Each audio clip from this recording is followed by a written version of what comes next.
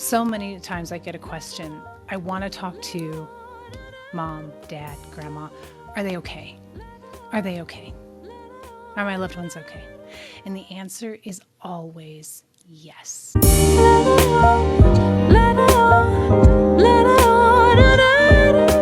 Welcome, my loves. I'm so glad you're here. My name is Ingrid H. Turner. I'm a psychic medium, I'm a psychic development teacher, and I'm a mystic and a poet.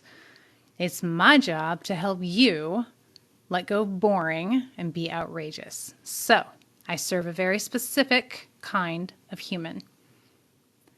I'm here for the misfits, for the black sheep, or the rainbow sheep, if you will. I'm here for the creatives, for the intuitives, for the healers. I'm here for those of you who never quite found your place, never quite found your niche, where you never quite felt like you fit in. You always were a little bit apart. Doesn't mean you had necessarily a really hard time or were like martyred or outcasted or anything like that. It just means that you kind of went, ooh, I don't fit here. And that, my love, is because you are here blazing a new fucking trail. This earth is full of paradigm shifters. And if you resonate, you are in the right place. And I'm here to help you let go of your conditioning, to tap you back into your magic, your psychic gifts, your creativity, and get you on your stage, as big an audience as you can handle, with your intuitive and your creative gifts. You are here to be of service through the vehicle of your passion. You are the fucking game changers. You are the ones who are not going to settle for any kind of cubicle, suburban, white picket fence, everything the same every fucking day. No. You're here for something new and different. Thank you for showing the fuck up. Thank you for being here. And if that resonates with you, my love, give me a follow. Let's go into it. What are we talking about today? I've got a big thing happening in my life. Well, my son has a big thing happening in his life. I have a 17-year-old. He's very nearly grown. He was with me full time his entire childhood, so I was a single mama, and we are extremely close and bonded. He's now living with his papa, and I'm really glad for that because his dad wasn't around during childhood. And so he didn't have that. And now he's got his dad, and they're really doing well. They're living together. They're forming a relationship. They're super close. They adore each other. It's very, very cool. But the person who was around all of my son's childhood was his Nana, which was his dad's mom. Even when his dad couldn't be there because he was wrestling with what he was wrestling with, his Nana was there. He always had a connection to his dad because he had a connection to his Nana. Well, his Nana is dying. She's making her transition. He called me today to let me know that she's unresponsive, and really, really soon, she's going to be moving to the other side. So I want to talk about death and dying and what happens after we die as I have received it directly from Divine Spirit over the years that I have been doing psychic readings and mediumship and connecting with my own loved ones and my clients' loved ones and random loved ones as sometimes they come in and dive bomb me with all kinds of fun information. And it's also part of my poetry. You can see my poetry book back there. It's my latest one. It's called Bitch, a Reclamation. You can go to my bio and go to my Amazon author page and get yourself a copy. A lot of it is channeled and some of it comes from spirits in this channeling process. But anyway, so before I get into what the hell happens after we die and tell you exactly what you need to know about that, can we take a moment and share prayers and love and energy for my son? His name is Joey. For my son's papa, his name is Jeremy, and their family and everybody who is going to grieve the loss of Nana when she passes. And if you could leave your comment and your prayer to anchor it in, to really cement that intention, I would really appreciate that. It's hard for this mama to watch my beautiful child go through such a hard life thing. I'm grateful to be here in the area for him and to support him, but it ain't fun. It ain't fun to watch that sadness in that boy. So please share your prayers and your love and pray. And I'd also like you to bring your attention to Nana. Her name is Diane, as she makes her transition from the body back to grace. That this is as easy as possible for her. And she's able to move through this process with love and support from all of us. And thank you so much for your prayers and sharing your prayers for my family, my son's family, his beautiful Nana. Oh, makes me a little weepy. However, death is not the end. And I know this better than anyone, almost, because I'm connected with it all the time. But that doesn't mean it's not hard. Connecting with your loved one outside of a body is not the same as having them in a body. It's just not.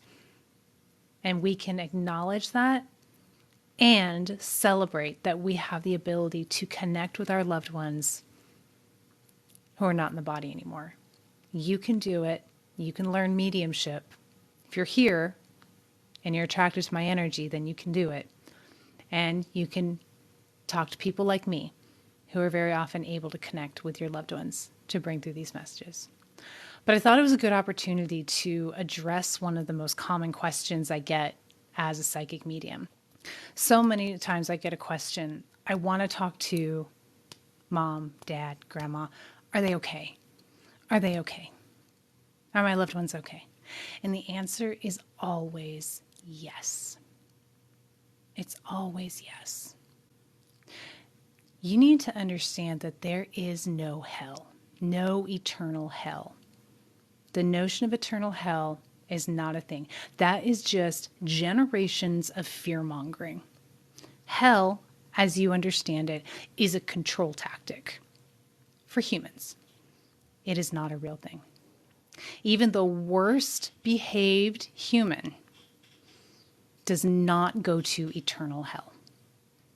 What does happen is something I call an integration process, a detailed integration process. And side note, during this time, our loved ones are not available for channeling when they are going through this integration process. All of their attention is on that integration process. So what is that? An integration process is essentially, the way I understand it, the way it's been given to me, a full experience, like re-experiencing or experiencing every single moment of your life. Now, normally we would expect this to happen right after someone dies, but remember, time doesn't work the same way here as it does in all of creation. We are experiencing time as a linear ABC, past, present, future, but that is only because it is a symptom of our experience of separation from the divine. It is just an experience. It's an illusion. It's not what's actually happening. So this integration process could take effect anytime after somebody has transitioned from their body and has moved on to the afterlife, right? So when we die, every single moment of our human experience, it's like we are present for it all over again, with all the feelings, our feelings, but also the feelings and experiences of everyone we have touched throughout our lived experience, for better or worse. So if you've spent a lot of your time in life making people feel crappy, doing not so great things, that might be a certain type of hell. But that's not a eternal damnation hell. It's a full experience of your own pain, your own suffering, and that which others experience as a result of your choices in this lifetime. Conversely, your own love and compassion and joy and what others have experienced in this lifetime. Now, here's the thing you have to I really want to drive home to is this is not about judgment. This isn't about right or wrong, good or bad, punishment or reward. It is just experience. It's just experience. And that is really hard for some people to grasp. And the reason is because humans are pretty fear-based, especially in this last paradigm. We're moving away from that paradigm, but a lot of times people are pretty fear-based. They want to latch onto an ideology. They want to know there's some sense of like fairness and structure in creation, but there really isn't. It's just experience. And you can look at karma For example, karma, we tend to think of it in simplistic terms of like, do good things and good things will happen to you. Do bad things and bad things will happen to you. But it's not about right and wrong, good and bad. It's about experience. If you are experiencing something negative or perpetuating something negative, you're going to experience the other side of that, because we're here for the whole spectrum of the human experience. And this is what we are integrating when we move into the afterlife, or when we go towards the afterlife. Okay. Now remember how I said time is not a thing. And there's no such thing as linear time. Everything is in the present moment. Your birth, your death, your middle of your life, everything is happening now, now, now, now. This concept of linear time, past, present, future, is an illusion. It is not real. But not only is everything in your lived experience happening right now, but there are countless versions of you splayed across creation. And every version of you is having a different experience, a different possibility for your lifetime. And all of that is being integrated. Every possible permutation of your experience. You see why it's such an intense process. They bring it through to me as a very intense, sort of intensive process. And that process is more challenging for the times that you were not present for your experience. So if you're spending a lot of time checked out in the future tripping or ruminating on the past, or you're not allowing yourself to feel your damn feelings, you're stuffing and running and dodging and doing everything you can to avoid your uncomfortable experiences, that makes this integration process more intense. Not bad. It's not about pain. It's not about suffering. It's about experience. It's all about experience. And reiterating again, it's not right or wrong. It's just experience. We all reap what we sow, but that's not a punishment or a reward. It just is. It just is. Now, once we've gone through this integration process, and it takes as long as it takes, we experience it all kinds of different time frames. I have experienced it all kinds of different timelines and time frames, but it takes what it takes. And then after that process, we merge back into grace. We become one with the infinite and source energy again. So then when I'm bringing through your loved ones who have gone through this integration process, they are coming through as God in the form of your loved ones. And that's why they don't have the baggage anymore that they had in the body. You are experiencing the purest essence of your loved ones because they've gone through the integration. They've released everything that they need to release. They've felt everything they need to felt. They've had it all. And they've merged back to grace. And then they come through with nothing but love. And you can feel it when you're connecting with your loved one through a medium, or if you've ever connected with your loved one on your own. And you probably have. You're here, aren't you? You feel it in your heart. You feel the love. You know it's truth in the moment because it is undeniable in your heart. And that is the love of God coming through to you as the incredible balm of your loved ones, your family, your friends. Fuck yes. It's a nice experience to be able to channel loved ones, to be able to connect. And I know it's not the same as connecting with our loved ones in a body. I know it's not. But it's something. I'll tell you, it's an experience. Now I want to talk about ghosts for a minute. We can get stuck during our transition. What keeps us stuck here, instead of moving into the integration process and moving back into grace, is attachment. And that's why I like to send love and support to anybody who I know who is making that transition process. There's never any good reason for a human to stay here without a physical body. And that's what a ghost is. A ghost is a continuation of your physical experience without a physical body. And that is frustration station. It is so frustrating and so limiting to be in the physical world without a physical body. You and the physical body have complete domain in this world. A ghost does not. Now, when I encounter a ghost, and I encounter them often, I will check in with them and I'll say, hey, are you ready to move along? Did you know you can leave? And I always speak to them because ghosts can't read our mind because they're not omniscient. They're not divine spirit. They're not merged back in creation. They're still humans, but without a body. And so you speak, and because I'm psychic and intuitive, I can feel their answer, I can feel their response. Sometimes they're ready and sometimes they're not. And guess what? Because they have free will, just like the rest of us, if they're not ready to move on, if they still have attachment here, I let them be. Sometimes in an incarnation, we're going to spend time as a ghost.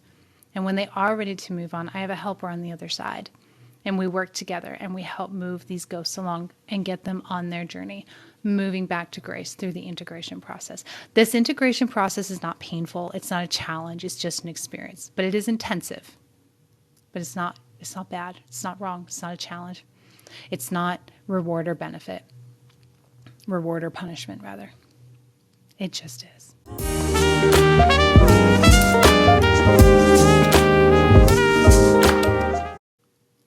We're going to go into Q&A now. Shifting gears. Okay. Is this like a life review from a different perspective to learn?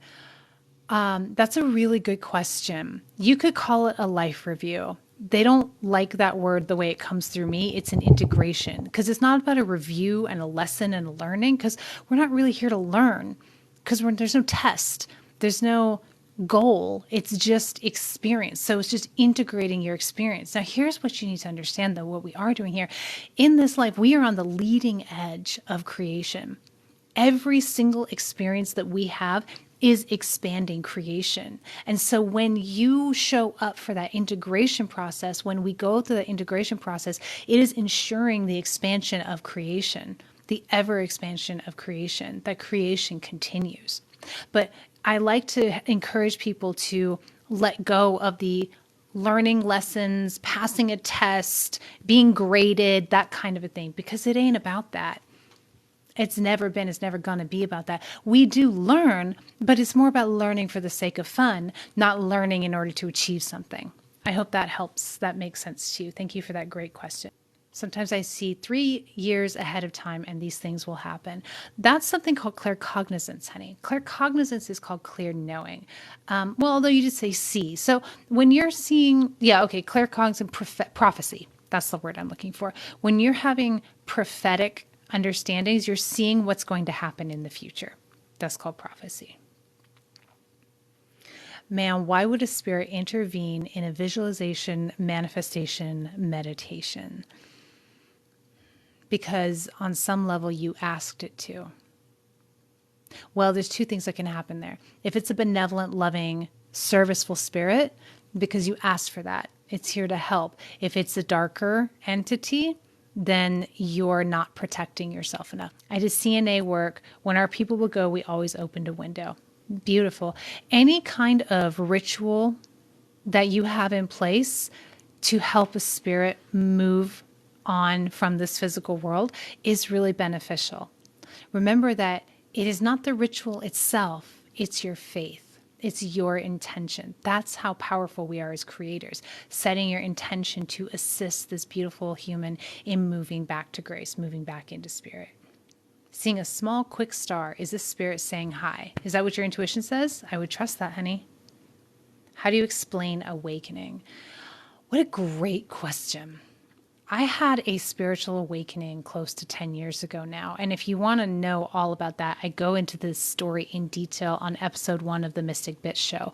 You can find the whole podcast and binge it on my bio in my Stan store. I just linked to it on Spotify. Episode 1, I talk about my past, my history, and my awakening and how I came into this work. A spiritual awakening is a temporary experience. We blast open and we have total and complete understanding of the divine. It all makes sense. It's all full of joy and love. And it just, you just doesn't feel any better. It's absolutely nirvana, but we don't stay there.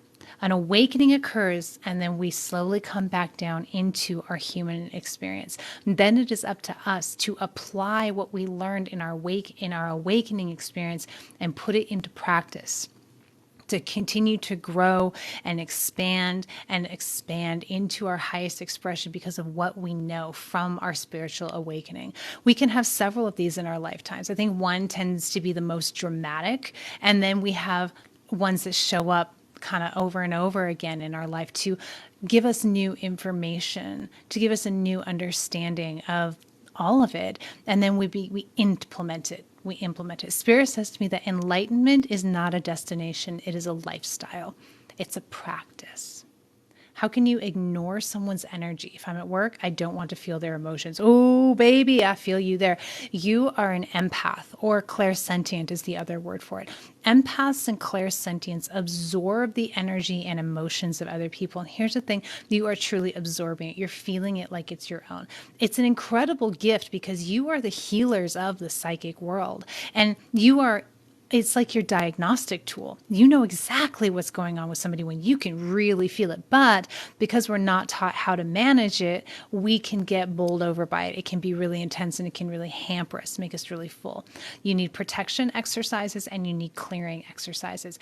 I have really good tools for empaths in my psychic development starter bundle, which you can get from my stand store. Folks, it's $8. I give you all the basics for developing your psychic gifts in an $8 digital bundle. I've been doing this for 10 years. I have taught dozens of students to tap into their intuition. Some of the most incredible mediums I know, I got to have the pleasure of teaching and mentoring at some point in their career. And it's all in my psychic development starter bundle. This is important to me.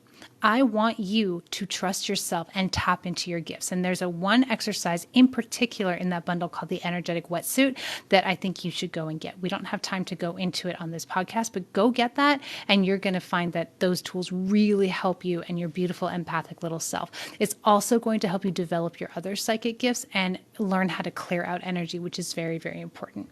I dream other people's memories, sometimes not from this century. How do you know if this means anything? You are likely traveling. If you are experiencing things in your dreams, other centuries, other memories, and it feels as real as if you're awake, like right now, then you're astral traveling. Your conscious, not just your conscious, your astral body is moving to those locations. If you know it's a dream and it's not as, kind of real, it's more of like a sepia tone, then you're projecting your consciousness. When we're asleep, we can do all kinds of fun traveling. Set your intention for what you want before you go to bed. Watch how that changes things, if you want it to change. How do I control or turn off my clairsentience? If you try and turn off your clairsentience, it's only going to cause you more problems. And I get it. I'm very clairsentient too. And it's a pain in the ass when you don't know how to control it. And you control it by learning how to protect yourself, learning how to clear yourself, and learning how to not take it all on as your own, learning how to identify what is yours and what is not yours. And simply a check-in, how much of this is mine, is going to give you a pretty good indication of how much of this is yours. These emotions and energies that you're trying to process are yours or not. Go to my stand store in my bio, get my psychic development starter bundle. That has all the tools you need to manage, control, and really use your clairsentience. Use it as the gift it is for you instead of allowing it to control you. It's $8, folks. It's a $108 product. I'm selling it for $8 for you because you're my babes. This is fucking important. You are aligned with me, so go get it. 2 days before something bad happens, I get a nervous feeling. So that's claircognizance, clear knowing. You know something's going to happen. It's one of the most challenging gifts to have because you can't tie it to anything. All right. You'll know if you need to tell somebody about it because your intuition will nudge you in that right direction. And sometimes that's part of being psychically gifted is things and there's nothing to be done about it except you know it.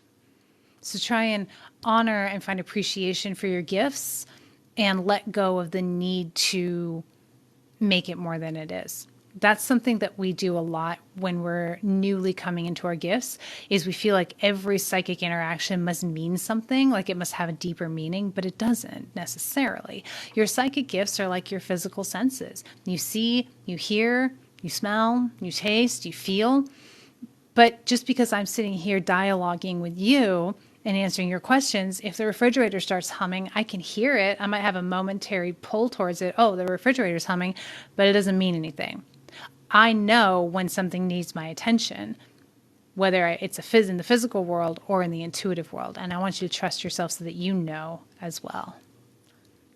Can we all go into the Akashic records? Yes. If you develop your psychic skills, your gifts, you can do anything you want. The Akashic records are not off limits or only available for certain people. Some people simply resonate with going to the Akashic records and pulling it and getting information that way. I personally never cared to really explore it much.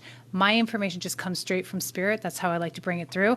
I don't feel that, but there's nothing wrong with that. A lot of people, really amazing intuitives I know, use the Akashic records to great effect. So if you want to access the Akashic records, develop your psychic gifts. And I'll say it again, my Psychic Development Starter Bundle is a really good place to start. It's helping a lot of people. Okay, my loves, well, that seems to be it. And I'm ready for dinner. My darling has cooked us a meal that I'm pretty excited to get into my mouth. So same time next week. Love you so much. I will see you soon. Big love to you.